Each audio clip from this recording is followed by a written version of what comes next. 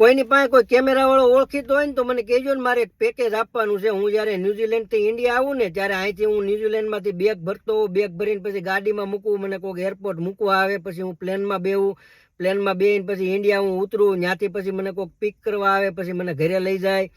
ઘરે જઈને હું બેલનું બટન દબાવું અને રોતો રોતો હું અંદર જાઉં, બધું ભરી ભરીને જે હું રોઉં, એવો વિડીયો મારે બનાવવાનો. કેમ કે હમણાં એ બહુ બધું આવ્યું છે નવું.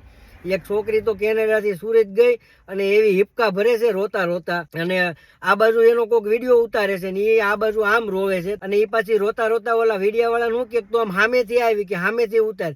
એટલે એ વિડીયા હાટું રોવાનું છે કે ફેમિલીની યાદ આવે એટલે રોવાનું છે. રોવું તો આવી જ જાય. એમાં એવું છે કે આપણે 3-4 વર્ષ ફેમિલી ન મળ્યા હોય એટલે ન્યાસ આવી ને એટલે થોડુંક રોવું આવી જાય એમ.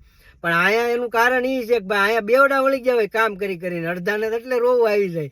તમને લાગે તમે આવો તમને ખબર પડે, રોજ તમે રોવો છો કે નહીં. અને મારે છે ને આખું પેકેજ આપવાનું છે, એટલે કોઈ હારામાં હારો કોઈ કેમેરા વાળો હોય ને તો મને સજેસ્ટ કરજો. એમાં ડ્રોન આવવું પડે, કેમ કે ઉપરથી ને વિડીયો આવવો પડે, હું રોતો હોઉં કેવો લાગે, પછી મારા આંખમાંથી આવડા નીકળે ને એ બધા ઝૂમ કરી કરીને બતાવવાના. એટલે એવું કોઈ હોય ને સારું અને એને કામ આવડતું હોય તો મને સજેસ્ટ કરો, કેમ કે મારે હવે એ વિડીયો બનાવવો છે. હું તમ તારે આખું પેકેજ આપી દે, અને ન્યુઝીલેન્ડની ટિકિટ બિકિટ લઈને બધું આપણે એને ખાવા પીવાનું, હોટલમાં હોવાનું બધું આપણે આખું પેકેજ જ આપી દેવાનું. 4-5 જણાની ટીમ બોલાવવાની છે અને વિડીયો એવો બનાવવાનો છે, એવો કોઈ બનાવી જ ન કે રોવે એવો વિડીયો. એટલે મારે એક ઈચ્છા છે કે ભાઈ હું એક વિડીયો બનાવી લઉં, કેમ કે એમાં પાછું હું બાકી રહી જાય કેદી હું પાછો પૂરો કરી શકે વિડીયો એવો. એટલે કોઈ હોય ને તો મને એવું સજેસ્ટ કરો, એટલે હું એને વાત કરીને પછી એને પેકેજ આપી દઉં છું. એટલે તમે આ વિડીયો એને મોકલો, કેમેરા વાળા કોઈ હોય ને તો હું એને વાત કરી લઈશ ડાયરેક્ટ, પછી અમે ડિસ્કસ કરી લઈએ કઈ રીતનું હું છે. એટલે હારો ગોતી રાખો મારી હાટું એક.